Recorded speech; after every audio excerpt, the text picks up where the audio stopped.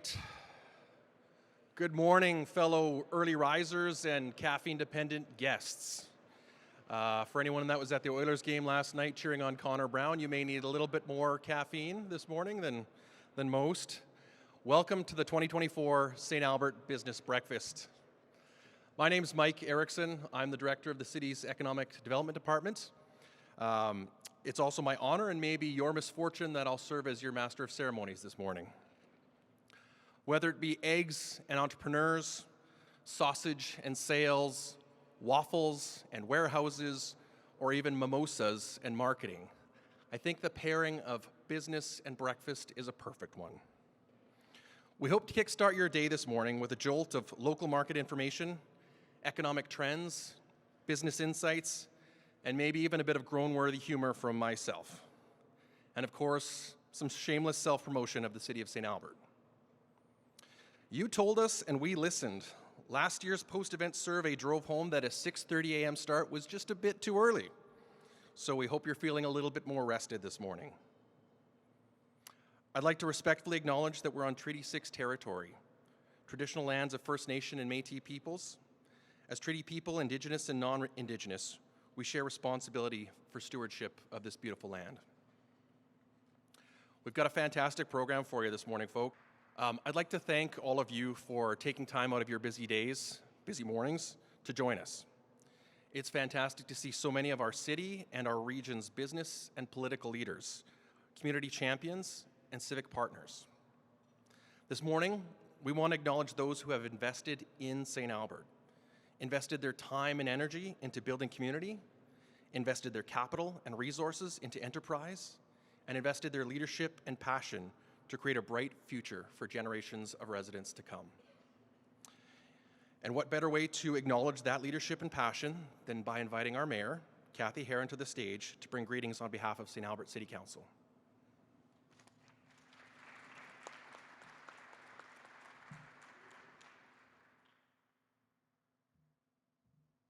Morning, everyone. Councillor Killick, where did he go? Has ushered a challenge for, what did you say, a 100-meter dash after this? So if you've eaten too much, there's a lot of space to work it off after the breakfast. So good morning, my name is Cathy Heron, and I'm proud to serve as the Mayor of the City of St. Albert. And on behalf of my council, I do believe I've got Councillor Broadhead, Councillor Mackay, and Councillor Killick in the room. I want to wish you a warm welcome this morning. We also are very honored to have our MLA from Warrenville, St. Albert, and also the Minister of Service Alberta, Dale Nally, with us. So thank you for joining us, Dale. You're such a good supporter. I also need to point out, not in my notes, but I want to acknowledge the Mayor of Beaumont, who drove all the way in this morning. Bill Daniluk, thank you for your regional support. So today, Business Breakfast is focusing on building your success story here in St. Albert and the steps we are taking as growing, ambitious, mid-sized city to help us get there. In the next few minutes, I'm going to talk about how St. Albert City Council invested in our community, the strategic priorities we are moving forward to set the stage for a brighter future that will be amazing. I've always been invested in St. Albert, and I know I'm not alone. Many people in this room are just as deeply rooted and invested in St. Albert as I am, and that's what makes our community so unique and so strong. As a council, we are invested in our community's future, emphasizing economic prosperity, downtown vibrancy, financial sustainability, and overall community well-being. 2023 was the year of laying groundwork for the city's future's growth. And 2024, and of course beyond, is a time to make those plans a reality. Economic prosperity is a significant priority for Council, and we support an investment-positive environment that encourages economic growth and the development of new and existing sectors. One of the key drivers of economic growth is delivering more effective and efficient government services and eliminating unnecessary red tape. Our investment in St. Albert's Green Tape strategy and our work with the development industry shows our commitment to expediting investment, develop, and progress in our community. I want to actually thank Minister Nelly and actually our Premier, who seem to be our biggest cheerleaders in the last 6 months and our best marketing tool, because they've acknowledged our ongoing efforts to streamline our operations, which saves our own organization, as well as our residents, business, and developers valuable time and money. One of the best examples of this commitment, and something I'm extremely proud of, is that St. Albert has the fastest permitting times in the Edmonton region, as highlighted in the Urban Development Institute's State of the Growth report, with an average of just 4.7 days for all permit types. Beaumont, missioning a challenge. Let's see if you can beat that. Working in partnership with UDI, we also have introduced a two-tiered approval process for area structure plans and neighborhood plans. This process is more efficient, requiring less staff time and reducing approval times. We are also updating our land use bylaw and obtaining new permitting application software to further streamline and automate processes where possible. In addition, we provide an online application or an online application and renewal option that enables local businesses to receive their business licenses in 2 days or less. And I've heard stories of just one afternoon. I want to quickly highlight an example of coordinated work supporting the business community, and specifically the arrival of Crumble Cookies, a relatively new US-based franchise into St. Albert. The franchisee was under pressures to meet their deadline to open. Our planning and development department and inspection branch was able to complete their work in just days. As well, our ECDev department leveraged their relationship with the utility provider to assist Crumble Cookies in getting services into their unit in short order. This is just a great example of the steps we are taking as a city to show our commitment to investment and development in our community. As a result of our concentrated efforts, we continue to see significant commercial investment and growth in St. Albert. Over the past 5 years alone, our community has seen over 1.6 million square feet of new industrial built. We are proud of these bragging rights, but we have much more to achieve, and we have big plans for 2024 and beyond. For Council, our #1 objective is to advance the development of Lakeview Business District, St. Albert's newest industrial area, and one of the largest in the Edmonton region. Strategically positioned along primary trade corridors and close proximity to rail, it will provide access to regional, national, and international markets. Lakeview, with 600+ acres, is poised to be the future employment driver of St. Albert, with somewhere around 5,000 new jobs. At full build-out, Lakeview is expected to realize $1 to $1.5 billion of investment, which will help ensure the long-term financial sustainability of our city. So where are we today on this ambitious and community-driven project? We are just months, I'd even say weeks away from having an area structure plan completed for the west side of St. Albert, which includes Lakeview Business District. Infrastructure and utility servicing design for Lakeview is also underway, with construction aimed to start in 2025. We are so determined, right guys, to get this underway quickly and make this business park a reality, that the city is willing to take on some risk to front-end this project, but we can't do it alone. Council's top infrastructure priority is the servicing of Lakeview, which involves the construction of off-site municipal services as well as road improvements, resulting in shovel-ready industrial land, which is greatly needed in our city and in the region. Investment into Lakeview Business District will maintain the momentum of economic growth along Ray Gibbon Drive corridor, improve Alberta's supply chain, and will support growth within the region and in northern Alberta. It will provide economic benefits not only for St. Albert, for Alberta as a whole, for decades to come. This project shows how being invested in your community can come to fruition when many people bring together their dreams, passions, and love for their community into one singular vision. After a decade in the making, Lakeview Business District is primed for investment. Integral to the future growth of Lakeview, I would like to take this opportunity to thank the provincial government and the steadfast determination of Minister Nally for the recent announcement in the budget. The twinning of Ray Gibbon Drive was announced quite a few years ago, but it showed up in the provincial budget this year for sure, and then actually had a little bit of extra money that we needed. So the completion, there was $31 million in the budget for Ray Gibbon Drive, so thank you for that. Developing West St. Albert is a mutually beneficial effort that will spur economic growth, create jobs, and keep the province moving forward. So thank you, Minister Nally, Minister Dreeshen, Minister McIver, MLA Murnau, and MLA Getson for your continued support. Let's talk a little bit about the downtown, another one of our strategic priorities. I've always loved our downtown, and our council's priority of downtown vibrancy is really close to my heart. We're working hard to revitalize downtown and make it a unifying core of the city that I know it can be. Here are a couple of areas we're moving forward to help achieve this goal. I've always believed that business owners are one of the strongest advocates for community, and that's usually because they have the most invested. Their heart and soul is in their businesses. They've painstakingly chosen our city, the location, and invested in their products or services. They are basing their future and their success in our city.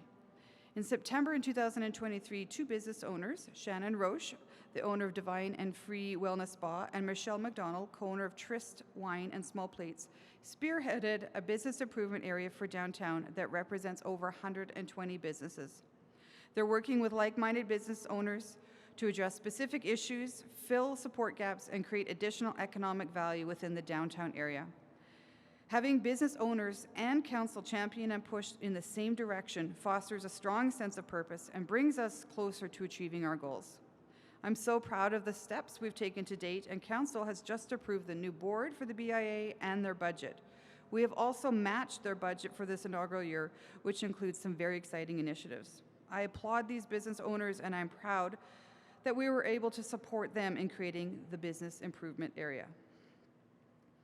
Millennium Park. This is a significant project for our downtown and will be a vital component in making our downtown core a destination for our residents. In mid-December, council approved a new conceptual design for Millennium Park that will feature a pavilion, water feature, playground, and picnic shelters. It opens the door for many kinds of events in the park, like concerts with more than 4,000 attendees, festivals, and space for groups to host private events. This community gathering space will help our downtown thrive and will have many lasting benefits for the community.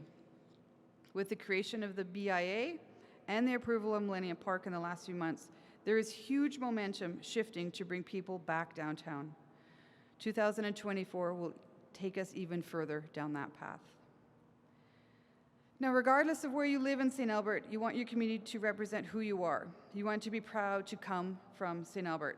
As part of our council strategic plan, City Council is focused on accommodating the diverse needs of residents and continuing to foster an inclusive community where everyone has an opportunity to fully participate and feel welcomed. This means supporting the development of various housing choices for all ages. It also means providing housing choices close to where you work. In the future, Lakeview Business District will be a key employment driver in St. Albert, and while we're putting plans in motion for this incredible park, we're also very conscious of the people who are going to be working there. Commercial and industrial developers who choose Lakeview Business District will strongly desire a diverse mix of housing product nearby for their employees. So to support our local label market, in October of just last year, City Council amended our MDP and our land use bylaw to pave the way for a new 16, and I think one of them is 20-story residential high-rise development in Ville-Giroux, just on the west side of St. Albert. This development by Sidex will create the highest residential density development in St. Albert to date and will be close to our future recreational amenity site as well as Lakeview Business District.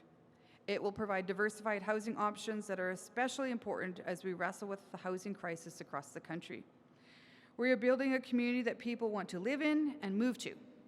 Council's commitment to development and our adaptability to market demands is taking us one step closer to becoming the best mid-sized city, offering a more complete community where people of all ages can find what they need to call home, and that is, of course, St. Albert. Investment in St. Albert is never a singular action. Everyone in this room makes choices every day to make their home, their business, and their community a better place.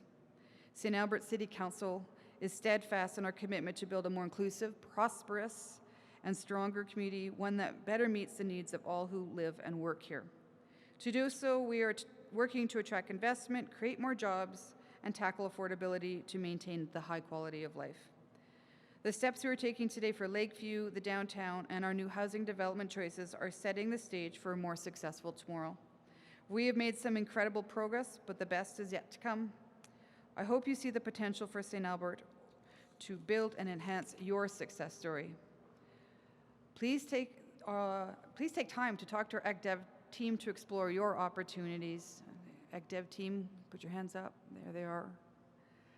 So thank you for joining us. The Business Breakfast is a tradition here in St. Albert. We've had it at various locations. We talked about next year putting it under a circus tent in Lakeview. We'll see, depending on weather.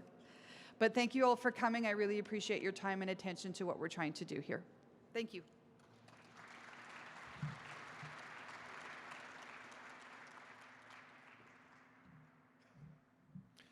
Thank you, Mayor Herron. And thank you to our council. There's no doubt that our council is deeply invested in St. Albert. Your leadership, your strategic plan, your decision making, those things are all fundamental to creating a great business environment here for businesses to thrive and to enable economic prosperity. Another shining example of being invested in St. Albert is QuadReal. QuadReal is a global real estate company headquartered here in Canada. We're standing here today in their Anthony Henday Business Park, a top-tier master-planned business park that just recently made CBRE's list of the top 6 Canadian developments to watch in 2024. Over the last few years, it's been incredible to watch their belief and their investment in St. Albert materialize into such a successful project. It's attracted new major employers, bolstered construction activity, and when complete, it will have nearly doubled St. Albert's industrial inventory. To the folks at QuadReal, thank you for your investment in St. Albert, and thank you for helping make our event this morning not just Class E, but Class A. Here to say a few words on behalf of QuadReal is Scott Taylor, Executive Vice President, Commercial, Western Canada.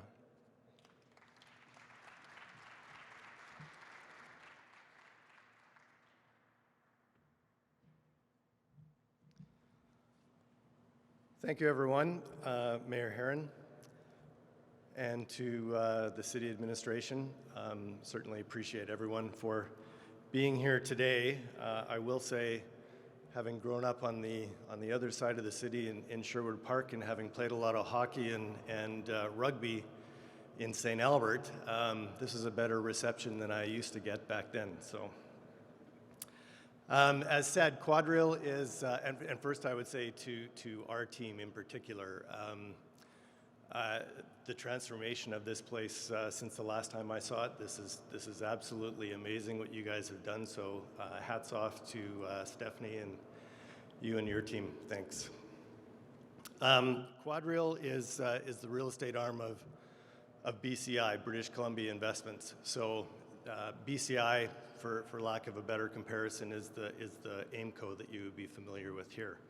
It is, and QuadReal is the real estate arm of BCI. So BCI is for,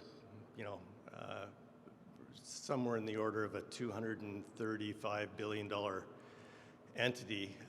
QuadReal, as the real estate arm of that, is about 20% of that portfolio, so roughly a $55 to $60 billion entity at a very macro level and an international level. More on the local level, where our team works here in Edmonton. QuadReal is in the order of about $1 billion worth of assets. That's downtown office and industrial. And Anthony Henday Business Park is, on a fully completed basis, we're hoping to be in the order of about 1.6 million square feet with the addition of these buildings here today. That's 400,000 feet that'll be delivered this year. Another 300,000 feet to go, and we get to that 1.6 million square foot mark. So that's $250 million of investment over the last 10 years here in St. Albert.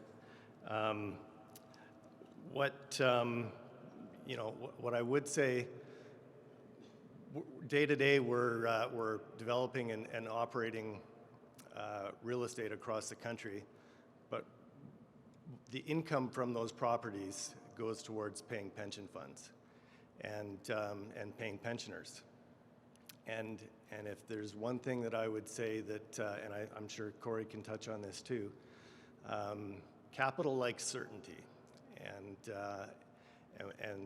when I look at what we've done over the last 10 years and really maybe the last 4 or 5 years in particular with the vertical development that's happened here, it's that cooperative and very collaborative approach that the city has brought to working with our development team in particular that's allowed us to get to where we are today. So to that, Mayor Heron, I would say thank you to you and your administration. You guys have been a big part of our success. And believe me, that makes a difference when we can go to our investment committee with confidence about what it is that we say we're going to do and then deliver on it. It makes it that much easier to come back the next time. So with that, I'll just close by saying thank you and keep it going. Thanks.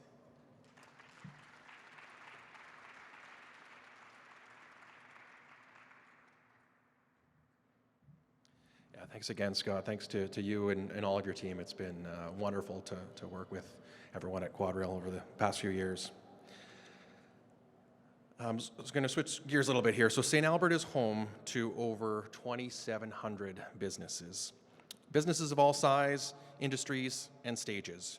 From mom and pops to multinationals, each has planted their roots, navigated their own unique journey, and built their own success story right here in St. Albert.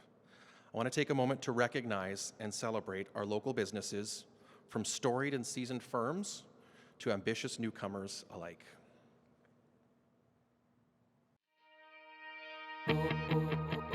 Welcome to St. Albert, home of risk takers, movers and shakers, and accelerators. A city where innovation thrives, where the entrepreneurial spirit is nurtured, and where dreams are not just encouraged, but realized. A vibrant economy, robust infrastructure, and an unwavering spirit of community that serves as a magnet for businesses. Well-connected transportation networks ensure seamless access to regional markets, paving the way for unparalleled growth and expansion.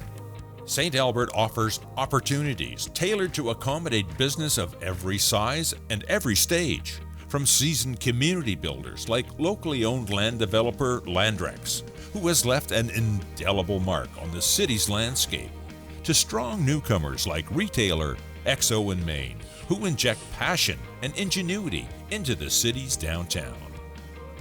Established in 1972, Landrex recently celebrated their incredible 50-year anniversary.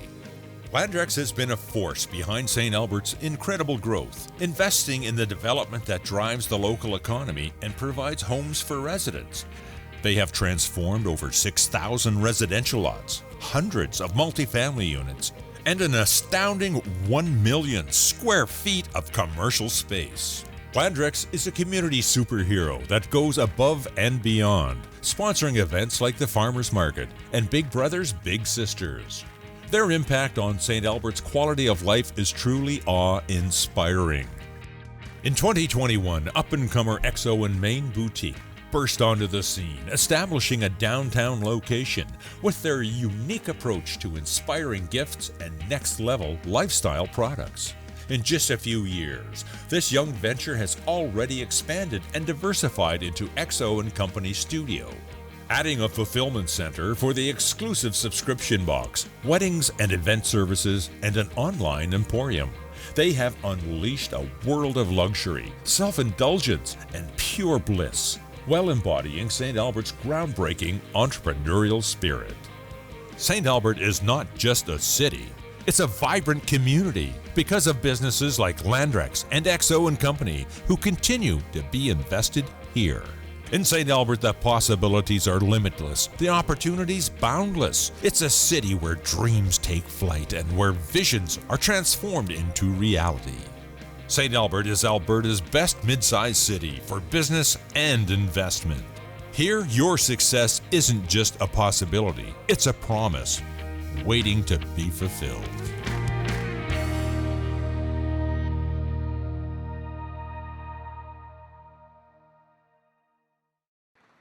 So I'll add my congratulations to Sandra at XO & Main. on their rapid growth in just a few years, and to Larry and Sophie and Gary and Mike. I see Kate's here. Everybody, all the folks at Landrex, congratulations on 50 years building not just in this community, but many of the communities around the region. So well done. That's quite an accomplishment.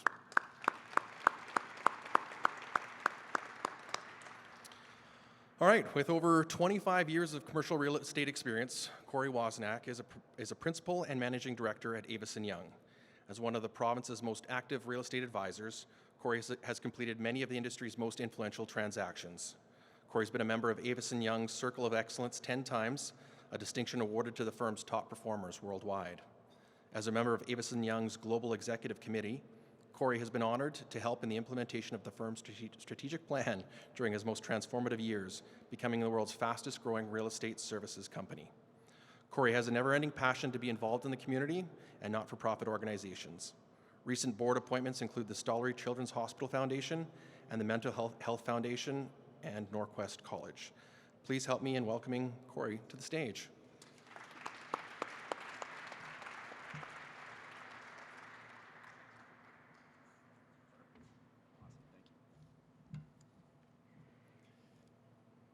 Good morning. Good morning. Thank you for that. Nice to be here. This looks good. Scott, this is nice to be able to turn warehouse space into event space like this. Well done. I spend a lot of time in Ontario. People there are frustrated with their market, with their municipal government, with their provincial government. Torontonians are accustomed to being the center of the universe, but are uncomfortable with not being the center of attention.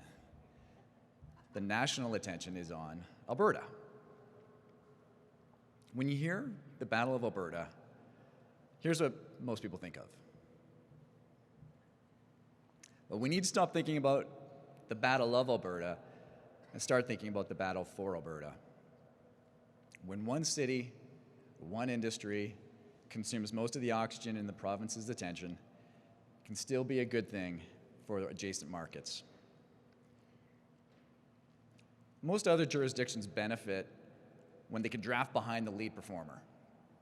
Calgary is that lead performer, and it's absolutely buzzing. When investors outside of Alberta think of Alberta, they think of Calgary. But there's an opportunity for other markets. What matters is that investors are interested in Alberta, and then they learn about other opportunities beyond Calgary. Every investment is centered on what is getting the best return on that investment, and one market may not offer the best investment return, and definitely not the only. So how do Alberta's big cities look compared to Vancouver, Toronto, Montreal when it comes to the consumer's most important three criteria? Here you can see that income is higher in Alberta, and as we all know, the cost of homes and renting an apartment are half what they are in Vancouver, and by a long margin. When I think back to summer of 22, at first I thought the Alberta is Calling campaign felt super cheesy to me. I think I probably, like most Albertans, we're just not comfortable promoting ourselves to strangers. When I saw these, I felt like apologizing to my Toronto and Vancouver clients. Actually, I think I did to a number of them. I was thinking, why are we being so direct? I mean, even though these are facts and it's pretty awesome, who's actually going to be convinced to move here because of this? And yet,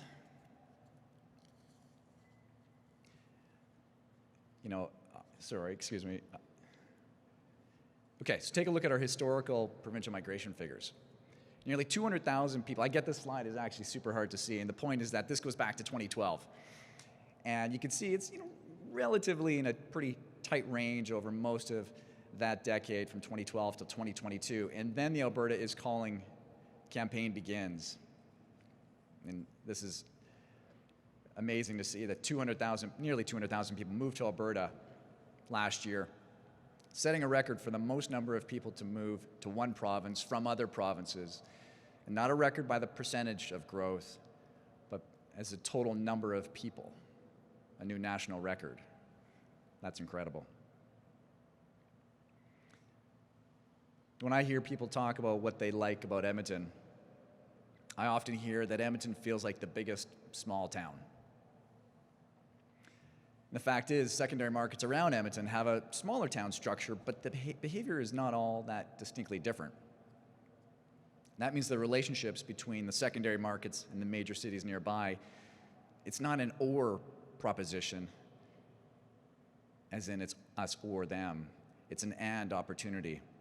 What is good for them can be very good for us. People in secondary markets often refer to themselves as bedroom communities. I think it's time to stop thinking of themselves as a bedroom and start thinking of themselves as the whole house. Within Alberta, there are two very different types of personalities. In Calgary, success shouts. In Edmonton, success whispers. There's a humble approach in the metro Edmonton region. The fact that most successful businesses and accomplished families in this region are excessively modest compared to other large centers. That may seem admirable, but it's actually not helpful in an economic strategy.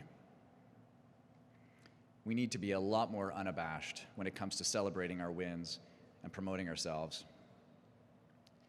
When it comes to the most generic big corporate investments that will have a massive impact on the regional economy, we actually have a hard time naming them. Just to name a few, TELUS's $19 billion investment, Pathways Alliance $16.5 billion investment, Dow Canada's $11.6 billion investment. They'll create almost 36,000 jobs to get them built. And then for the Pathways and Dow projects, there'll be 1,500 permanent jobs to operate those facilities. Our top 4 universities and colleges have announced that they'll be expanding their programs to teach 20,000 more students over the next 6 years. Fun fact, if you take all the students going to school downtown Edmonton, and if they were employees in a company, they would fill half of all the office buildings, and they would become Edmonton's largest downtown employer. That's the impact of the education sector, and very few people talk about it. Most Albertans can't tell you about the biggest investments happening in the province. It's like we don't want to hear it because then we just might have to believe it. So when you look at the big picture, what's been going on economically in Alberta? Here's our GDP compared to Canada's GDP over the past 2 years. And what is forecasted by national economists to happen over the next 8 years? Alberta is projected to outperform the rest of the country every year. Institutional capital is the first to leave and the last to come back. For most of the past 8 years, institutional investors saw Alberta as a no-fly zone. This is starting to change. And that's because everything is driven by an ROI. And now there's a greater return to be seen here than elsewhere. Who's proving this out? It's local and regional investors that put down their capital first, and when they succeed, the institutional investors reacquaint themselves with our province. Last year was a challenging year in real estate in Alberta, as it was across Canada. Because of the unpredictability of the financial system, rising interest rates, and inflation, and companies were preserving cash to be prepared for that deep, dark recession that ultimately never really came. Now interest rates have been flat and will likely come down in the next quarter or two, and some construction costs have started to come down. We're already seeing investors and business owners come off the sidelines from being observers to now investigating opportunities and preparing for growth. This will make the second half of this year noticeably more active. People relocate from regions further away because of career opportunities and to earn more money and keep more of that money. And then they stay because of lifestyle. Fulfilling lifestyle creates the stickiness. But it's the means to a livelihood that fuels the motivation to make the move. Interprovincial migration story, it's fascinating. Consider the experience of what they're leaving behind versus what they'll be getting here. Just think about their commute to city center. Over an hour in Toronto versus just 30 minutes if you lived in St. Albert and traveled to central Edmonton regularly. It's not much about the commute comparison for people who are already here, whether it's 10 minutes, 20, 30 minutes. It's not a concern. But consider the benefit to those new Albertans for what they're leaving behind, which is super inconvenient. Big cities have moved closer to secondary markets. Right? As big cities have grown, they've moved closer to secondary markets. And that makes these secondary markets more appealing. That means within Alberta, the growth of secondary markets presents an opportunity for greater ROI because the denominator is lower. And the economic growth is well underway. Have you heard of WIFM? WIFM stands for What's in it for me? Ask this question when you want to understand the perspective of the other side. So in this case, what's in it for the average St. Albert resident if this city is successful with non-residential development? Currently, 85% of St. Albert's tax revenue is residential. Increasing non-residential tax revenue will reduce the city's dependency on residents to meet the city's budget and ultimately lead to reduced taxes or perhaps just at least smaller increases. It makes the perceived disadvantage less of a concern for its residents. Thinking about the challenges of the housing market from a buyer's perspective, we're not telling the story of the younger demographic and new Albertans. The trend is rental. Owning is not as appealing as it was for previous generations. The need for more equity and the high cost of debt that hasn't kept pace with income. Chasing home ownership is just not as appealing as it once was. And for most first-time homebuyers, they require their parents to help with the down payment. We need more rental properties. New Canadians and young people are more inclined to rent. 83% of people in St. Albert own versus 64% in Edmonton. As Wayne Gretzky once made famous, go where the puck is going and provide options for the changing demographics in front of you. He didn't say that last part, just the first part.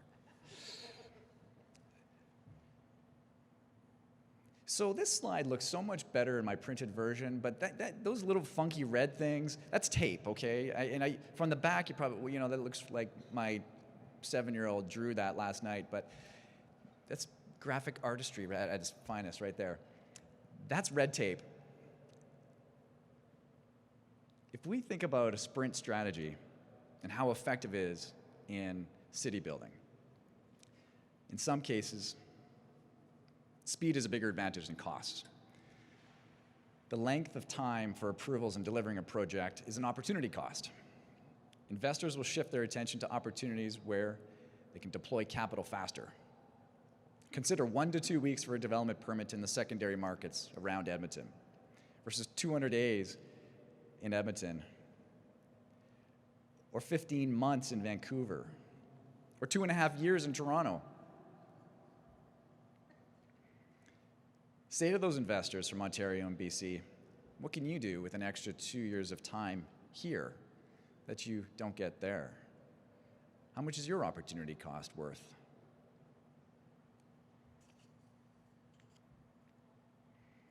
Check out this fact. The Ontario government is frustrated by the lack of housing in their province and how expensive housing is. But did you know that 24% of a developer's construction costs are government fees? This increased 50% in 2022. Now, 1/4 of construction costs go toward government fees. The government is driving up the cost of construction by layering in more and more fees, thereby driving up the cost of housing. If you're curious, in the Edmonton area, government fees are just 5% of construction costs.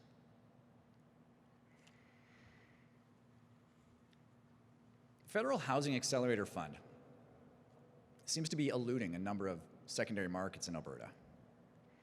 Latest example, last week in Grand Prairie, applied for funding to build 300 units to support their unhealthy market sitting at 1% vacancy. Grand Prairie now joins 3 other Alberta communities, Red Deer, Lethbridge, and Medicine Hat, who are all unsuccessful with their recent applications. What is up with that? Maybe somebody could educate me on this later. For secondary markets to meet their market demands, we need more accessible housing to support lower income demographics.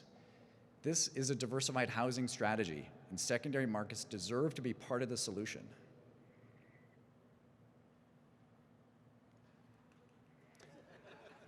What to develop? Search for the imbalance. A balanced market has a 5% vacancy rate in industrial, 4% in multifamily residential, 7% in office, 4% in retail.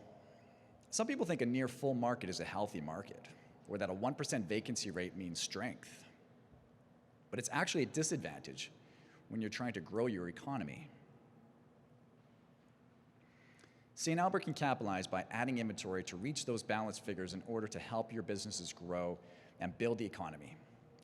Prioritizing the development of industrial and multifamily properties is a layup opportunity for this market. Downtowns in most major cities in North America are not perceived as safe communities, and the data shows that Edmonton deserves this reputation. Edmonton's crime rate is up 20% over the past 5 years. St. Albert's is down 27%. So I'll say the quiet part out loud. This is helpful for nearby communities to attract more people. I get it. Nobody wants to see their neighboring cities struggle with safety and vulnerable populations. Of course not. But while there's a crisis, there's an opportunity. You also don't have a city on strike irritating its residents, so that's a good thing too. The fundamentals for Alberta's growth are here. The hurdles that existed and the global markets have dissipated. We're on the verge of enjoying tailwind from numerous industries to propel opportunities farther and faster.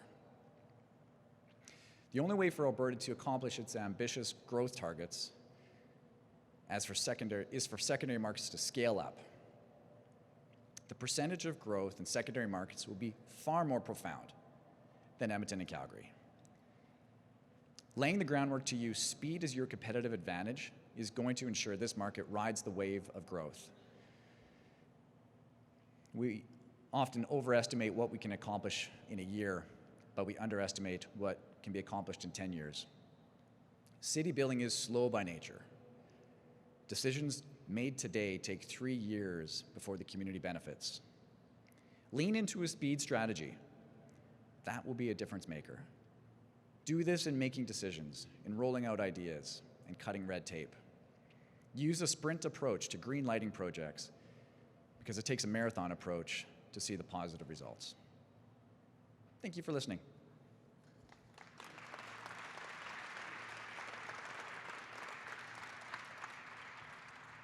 don't know which chair do you want? Test. There we go. They're warming up. Thank you for that, Cory. It's funny. We talked about how we were going to set up this format, and we're going to move from the podium to the chairs, and we did that very successfully. I was actually quite impressed how quickly we did that. And I'm trying to draw on this theme of speed, but Very easy to impress you.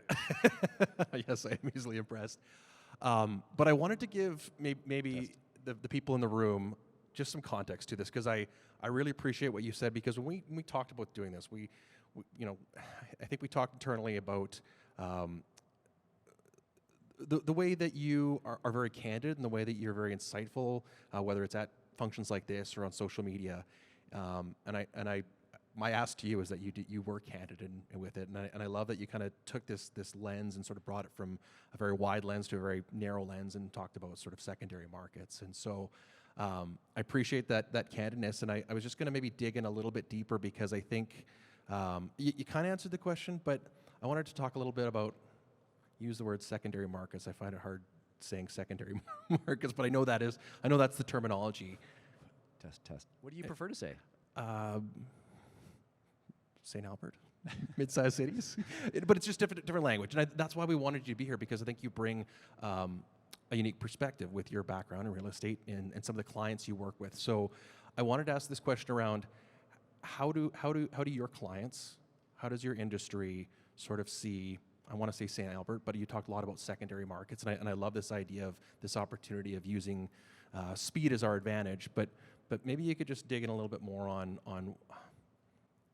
maybe a candid assessment, and I'm not asking you to rip us to shreds, but I think sometimes when you live here, when you work here, you see it through rose-colored glasses. And so I was just wondering if there was a way to sort of maybe elaborate more on, and I thought you did a fantastic job, I'm not asking you to do more homework, but is there something maybe that we don't see in secondary markets or here in St. Albert that maybe you see from the folks you work with? Sure. I think that when we look at the strategy that's used in successful secondary markets, it is about looking at a partnership opportunity that there needs to be a very proactive approach in engaging with the investor community and the developer community. Those that are successful they compete really hard, and they're very proactive. They're not reactive. I would say St. Albert has had a reputation of being more reactive, not preparing itself well enough to deliver faster opportunities. Investors need to deploy their capital quicker. They have been anxious to see that St. Albert is investing in the infrastructure and the underground services, and Mayor Heron explained that earlier, and I'm glad she brought more clarity around that, because I would say beyond St. Albert, there is a lack of clarity of how prepared St. Albert is to get its prime industrial development opportunities ready for developers. There's a difference between getting it ready for developers versus getting it ready for development. Okay, so this isn't about appealing to the occupier of these properties. It's about saying what is going to work to attract developers to come and invest in our markets.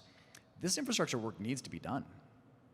Developers are not interested in deploying their capital in this market until this infrastructure and underground servicing work is complete.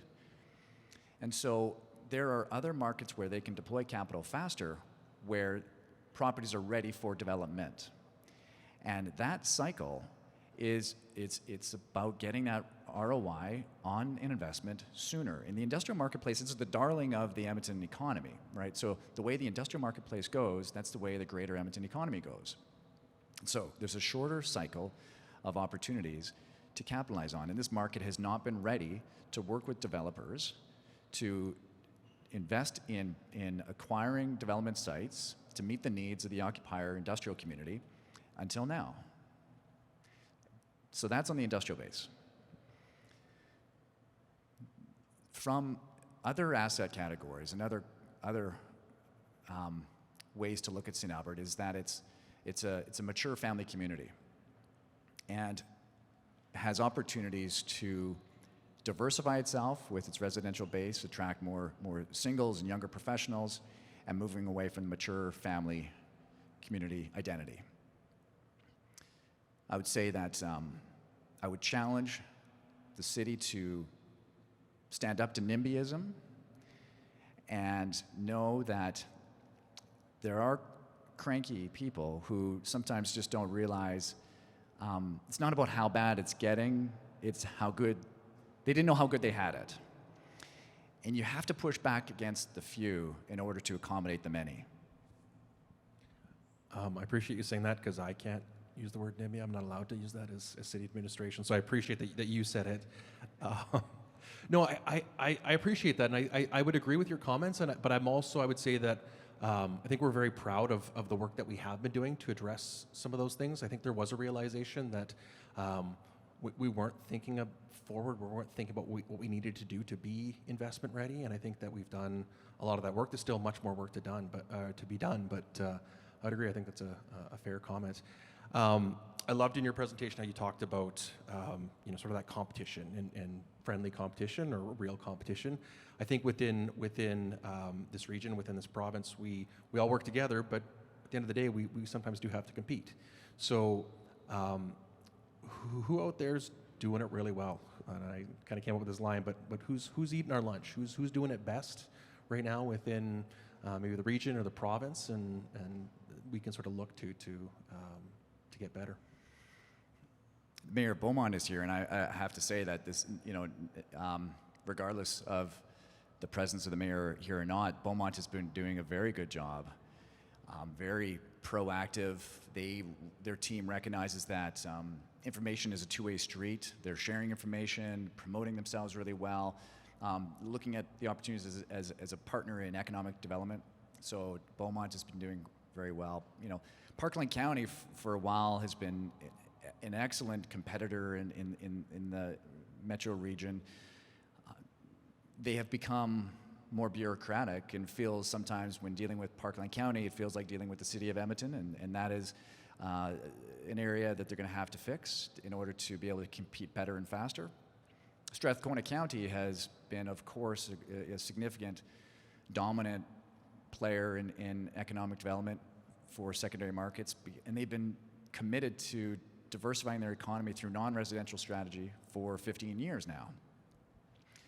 If you think about West Edmonton is a ferocious competitor to St. Albert and to Atchison. But in West Edmonton, there is now a shortage of service land. And so service land in West Edmonton now sells for $850,000 an acre. And our team recently put out land to the development community for $1 million an acre. And so those prices would not be achieved in West Edmonton if St. Albert was a better competitor. So in this case, it's less about who's eating your lunch, or is it who you're allowing to eat caviar for lunch? Maybe one last question. Being an economic development professional, I feel like we have to sort of straddle. We've got one foot sort of working with the private sector and one foot sort of working inside of our own organization, working with government. And I love this idea of trying to bring solutions from the different sectors and applying sometimes private sector ideas and solutions on the public side, and sometimes maybe a little less using public sector ideas in the private sector. And I just thought I would ask you the question: is there an example or something that comes to mind that you've seen where government at any level has taken a bit of a private sector solution and applied it to improve what they're doing? And I know that's a bit of a curveball. We didn't talk about that one, but I just thought about it. It's okay. I think that just, competing like an underdog, and St. Albert is definitely an underdog, and it has the foundational opportunity to really be a distinct competitor. And I love the idea of what the next 10 years, what this market will do to disrupt the tertiary market of the greater Edmonton area. So, really thinking like an entrepreneur, thinking through a private sector lens, seeing itself as a partner in community building, the role of being an enabler and allowing the private sector and allow private capital to just do its job. And this marketplace is really ripe for that opportunity. And the fact that 4.7 days is a great stat to hang on for approving developments, but that is a reactive position, and now it's an opportunity to compete like the private sector and fight hard and compete hard and get in the room and share information and sell itself much harder. I think that opportunity, lean into that, and I think there's going to be faster opportunities. The foundation is here. Now it's just really stepping into that speed and partnership mindset that an entrepreneur has, which this city is filled with some great Alberta entrepreneurs. That strategy can really work here. Well, thank you so much for your time today. Thank you for your insights. We appreciate having you as our special guest today. Thanks, Cory.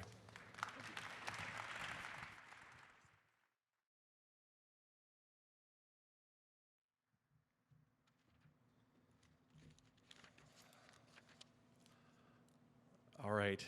I'd like to take a moment to acknowledge and extend a heartfelt thank you to our own team, our own outstanding economic development team, all the city staff that were involved in this event and working with our businesses every day. They bring creativity and hard work and collaboration, and I'm pretty proud of them. We spend a lot of time helping local businesses. We spend a lot of time sharing and amplifying their stories and their achievements that sometimes I think we forget to sort of acknowledge and recognize our own successes. So just a quick thanks to our economic development team and our staff here at the city.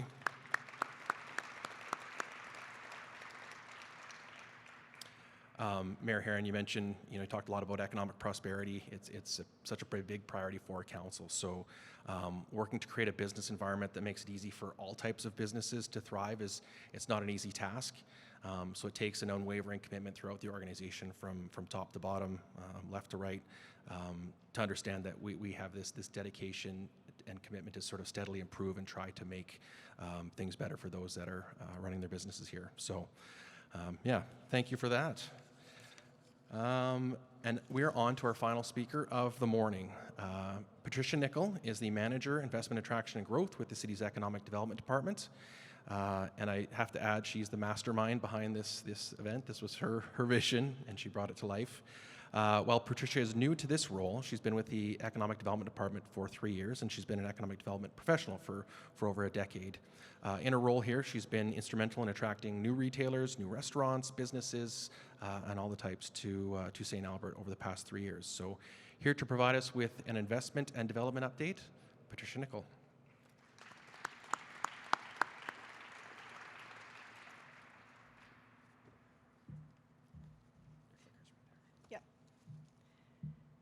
Good morning, everyone.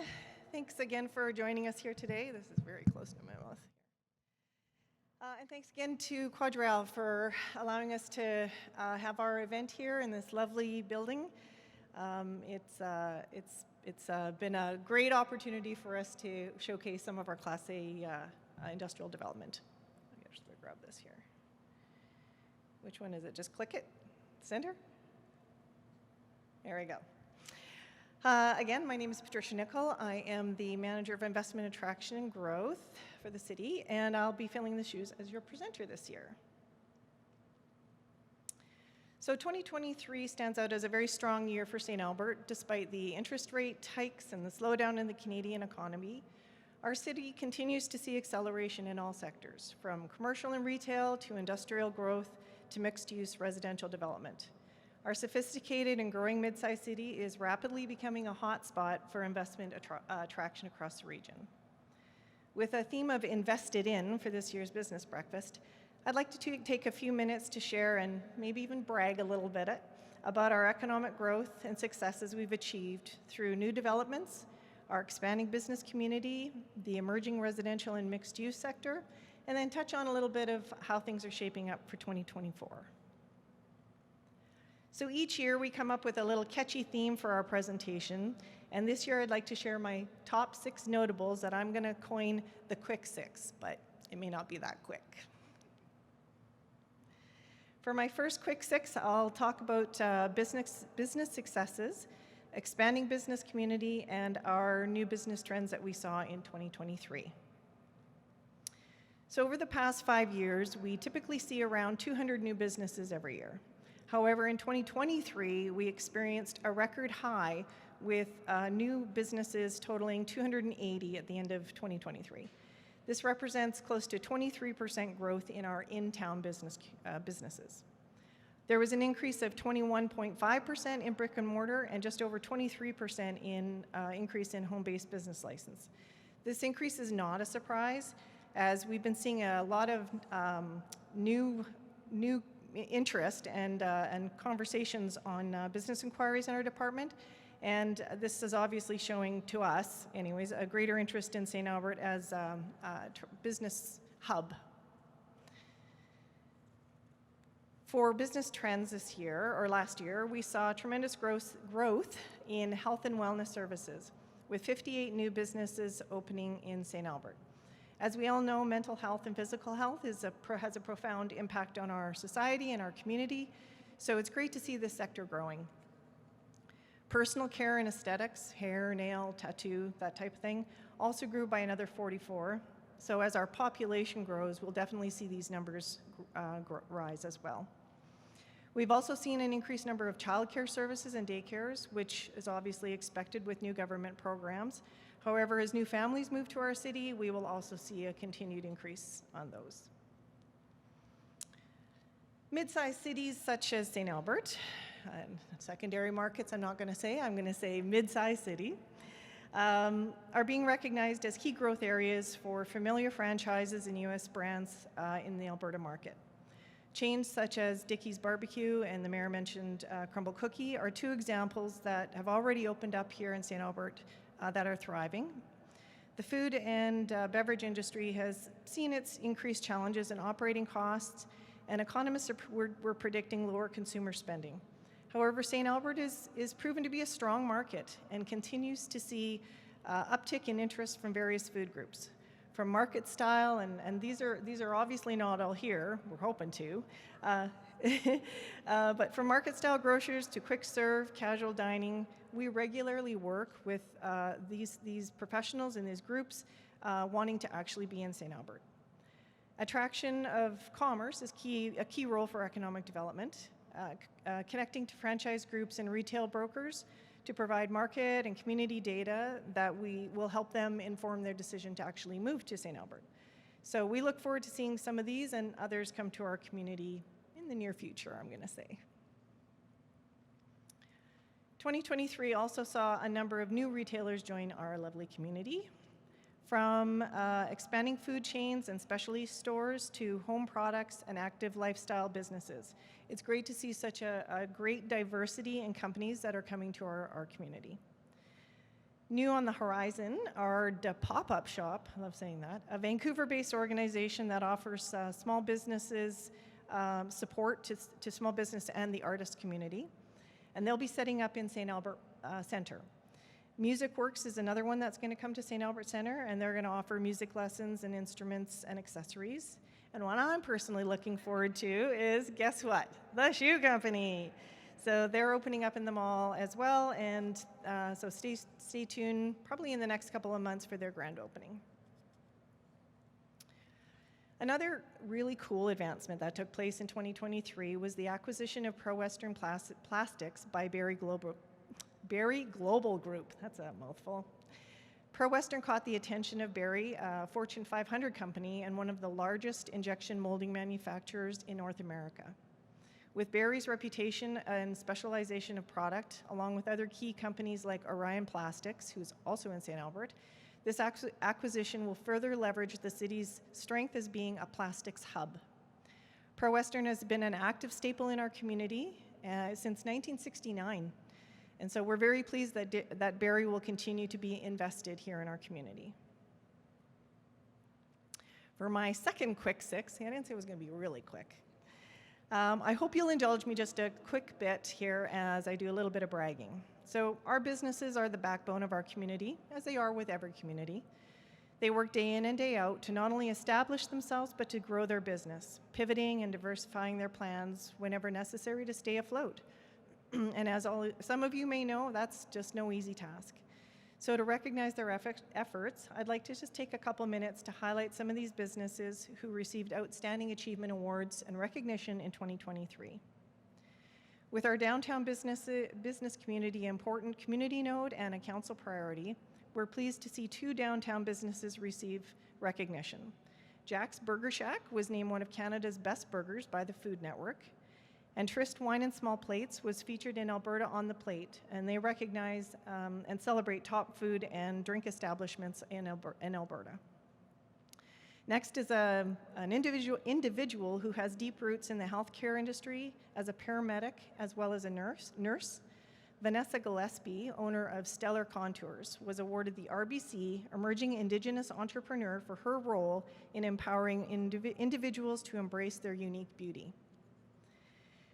One of our largest employers, AGLC, was recognized as one of Canada's top 100 employers. And I don't know if anybody has seen their commercials on TV lately, but they're doing an amazing job. So we're very grateful to have them as part of our community. And last, I have a little bit of a family tie to this one, but Drift Golf is a locally grown sport tech company who was selected as one of the top 20 companies at the Startup TNT Summit this past fall. And after 2 rounds, and we're talking thousands of companies, they came in 2nd overall. So that was a very great success story for our local St. Albert grown tech company. And so just a quick congratulations to all of them and anyone else in our community who received that kind of accolades. For my third quick 6, you're going to hear that a lot, I'd like to talk about our mixed-use development. As we know, St. Albert is a safe and welcoming community, so it's no surprise that we're catching the attention of residents coming to the province, looking for that next place to call home. Our local developers are taking the lead in creating opportunities to ensure that we have the right mix of housing as our community continues to grow and change with the population growing to 100,000. In 2023, we added 260 new multi-unit units to our city, and this year we'll see another 740, so that's quite the increase. Those are already under construction.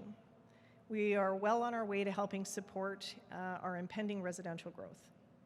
As such, we're being very proactive with our plans, and it's not just our red tape reduction that we're, by the way, Cory, we're actually being purposeful in that. It's not necessarily reactive. So the plans and policies that we are moving forward with are going to relate directly to mixed use. So as an example is our land use bylaw that's currently being updated, and when this is finalized, we'll have a well-defined document that reflects evolving trends that we've all seen and need to change with, and address the need for flexibility and responsive development policies. There are 2 mixed-use developments that are going to greatly contribute to our residential demand, both of which celebrated groundbreaking activities in 2023. East Village and Riverbank Landing both broke ground on their respective developments this past summer and fall. The partnered project between Landrex and Fort McKay First Nations is an inspiring urban-style village.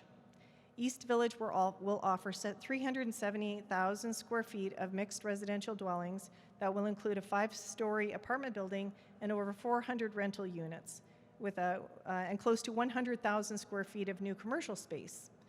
Also has an estimated value of $176 million. As shown earlier in our video, Landrex is not just a developer in St. Albert, but have been instrumental in our city's growth and are deeply rooted in our history. Another innovative mixed-use community that is well underway is Boudreaux's Riverbank Landing. This European-inspired development boasts a pedestrian-friendly design overlooking the banks of the Sturgeon River. This development will include high-density buildings with 12 and 15-story residential high-rises, professional buildings, restaurants, entertainment areas, and will offer 68,000 square feet of commercial space. Riverbank has already been showcased in a number of living magazines such as Build Canada and Esprit Living for their unique design. So very proud of these developments. These 2, along with others that are planned, will add over 300,000 square feet of new retail and commercial space. The most impressive part about all this is that a lot of these spaces are already spoken for. So these tenants are eagerly waiting for these developments to be completed. Certainly a sign of things to come for 2024 and beyond. Number 4, I'm going to dive a little bit into our housing market.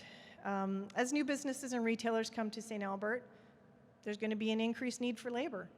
In order to accommodate the number of workers that are going to be needed for that growth, we need more housing options. So looking at St. Albert's rental market, It paints a picture not unlike any other community in Alberta, having low supply, as Cory alluded to. The demand for rental units has surged to a point where stats now show that we are at the lowest vacancy rates in nearly 10 years. This is primarily due to the boom that has been mentioned a number of times today. The barrier between new entry home buyers and the barrier with the entry to new home buying has also contributed to the rental market, with the increase in home prices and interest rates also contributing. As shown on this chart from a recent CMHC report, the decrease in available rental properties is compounded by the increased rental rate, adding even more stress on the market. So, as you can see, the overall rate has dropped from 4.3 in 2022 to 2.4 in 2023. This rental demand outpaced new supply entering the market, basically. St. Albert's vacancy rates are very similar to the rest of the region, with apartments sitting around 2%, and our townhouses are even lower at only 1%.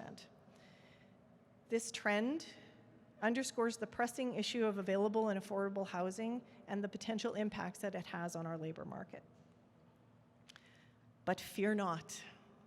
Our local developers are ready to meet the challenge. We are very fortunate that our development community is already working towards solving some of our dwelling shortages.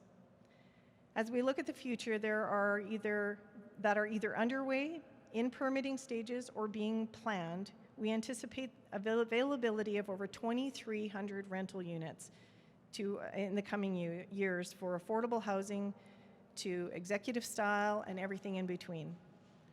In addition to greater rental and mixed inventory, we're also seeing senior living options coming online. One of them is in our community here today, or in our presence today with Averton.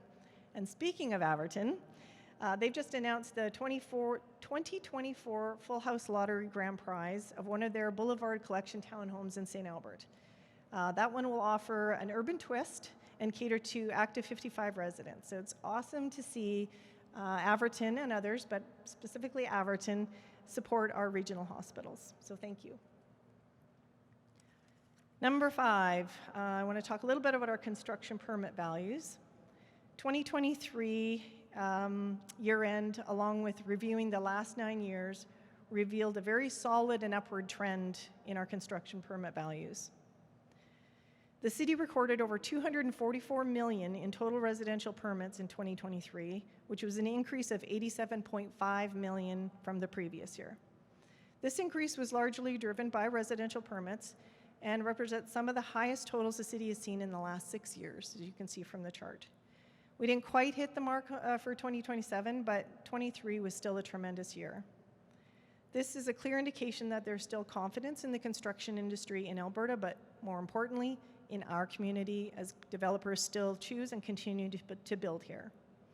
Early signs for 2024 still show an upward momentum, with permitting values sitting higher the same time last year.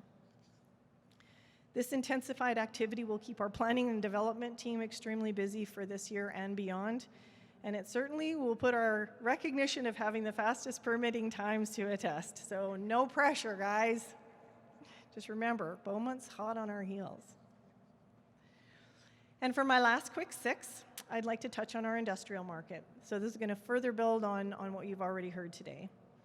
As highlighted earlier, non-residential growth is one of Council's top priorities, as is providing employment opportunities for our community. We've seen a lot of activity in the industrial market across the region over the past few years, and St. Albert continues to be on the radar of a number of key developers and businesses alike, both regionally and nationally. Now, we recognize that St. Albert doesn't immediately come to mind when you think of industrial attraction. So what is the attraction? Well, what we do know is commercial brokers and developers have been looking for locations in Alberta and the Edmonton region for their clients of various sizes and needs with room to expand. We know that employers like manufacturers, logistics, and distribution companies not only need access to market, but access to labor. We also know that employers are looking for communities that offer more for their staff, such as complete amenities, housing options, a community that has easy and affordable means of transportation. As we look at this chart, excuse me, it shows a telling picture of where things are headed for St. Albert's industrial market. For context, we've added 1.6 million square feet of industrial between the years of 2018 and 23, a big chunk of where you're sitting today. In addition, there's another 500,000 square feet of Class A development, industrial development, currently either being built or close to occupancy right here in this park. Bringing St. Albert's industrial inventory built, absorbed, or even close to absorbed to just under 5 million square feet, guys. So that's pretty impressive. This puts, and I want to put this into context here. So this puts us on par with other industrial powerhouses like Atchison and Leduc-Nisku, so the inventory that St. Albert added in the last 5 years is 1/3 of what's included in Edmonton, 40% of what's been added in Atchison, and almost 1/4 of what's been added in Leduc-Nisku. So we're doing pretty good. Adding to the inventory, as mentioned earlier again, 600 acres of industrial land that will be coming on the market in the next few years with the development of Lakeview. There are very few industrial parks of this size coming in the market in the region, and we are preparing to continue our industrial success with Lakeview now becoming a reality. So, to answer your question, how does St. Albert fit in the industrial market? Well, not only do we have industrial inventory available now and more coming on to fill the needs of various sectors soon, we have access to labor, urban amenities, regional transit, vital broadband, and are close to rail, key transportation networks, and air. Our team is already engaged with numerous groups who are keenly interested in Lakeview and the industrial supply that we have. And we look forward to announcing those in the future as and becoming a little bit more top of mind as an industrial competitor. So, 3 things I want you to take home today. 1, St. Albert is a strong, expanding, and award-winning business community with deep roots who are committed to our city. We are equally committed to those stakeholders who have continued to shape and enhance our growing city. 2, we're prepared for growth. We recognize the city needs to be flexible enough to pivot and create opportunities for a diverse housing market and economy that can accommodate a strong labor force as we grow towards 100,000. And 3, St. Albert has a value proposition that stands out as a contender in the industrial market with a growing inventory that will attract key development and business and create employment opportunities for years to come. And that's why we believe St. Albert is the best mid-sized city for investment. Thank you for coming, you guys.